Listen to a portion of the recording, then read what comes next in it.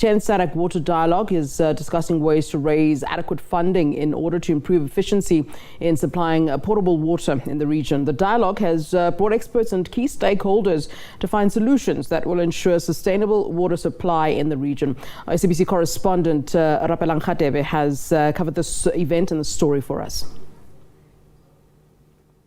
It is difficult, especially for the water sector, because as you know, the needs are many in the water sector.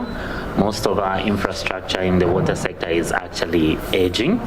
So even when you think about prioritizing, it's a difficult which one do you put first, because most are old.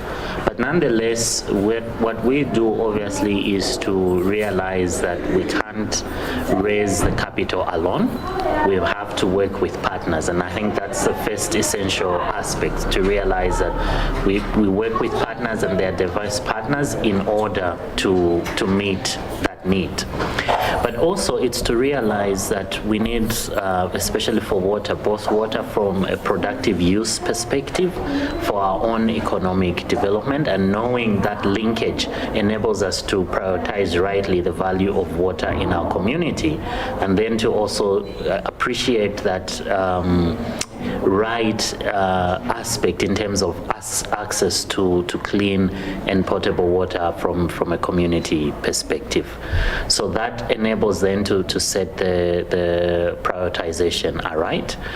What we are also looking to champion and talk to is how we also help mobilize domestic resources to support water infrastructure in two ways. One, from increased budget allocation by governments in the region towards the priority projects, but then also to begin to take some of this long-term capital that we have seated with pension funds and channel it to especially the prioritized water infrastructure region, which often have long-term socio-economic benefits.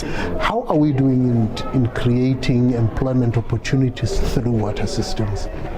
Yeah, thank you, and that's a very important one.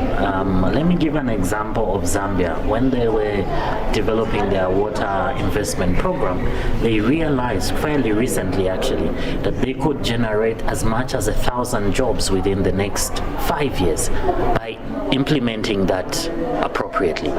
Water holds job creation opportunities, not just in terms of the infrastructure development itself during the construction phase, but it's the whole value chain, the manufacturing behind the pipes, for example, that are used, and all of the products, the linkages that it has with maybe irrigation and the job opportunities there in agriculture. By simply increasing the amount of water that's available for irrigation, you've opened up a whole new job opportunity. There are opportunities and linkages with energy, of course, as well. So this holds essential opportunities, and I think in the region we really must prioritize investments here to deal with some of the challenges we're having in terms of unemployment. Quite interesting, and I hope as we get to the 11th summit, we shall have seen some strides taking such that the goal of the 2063, we see a different Africa.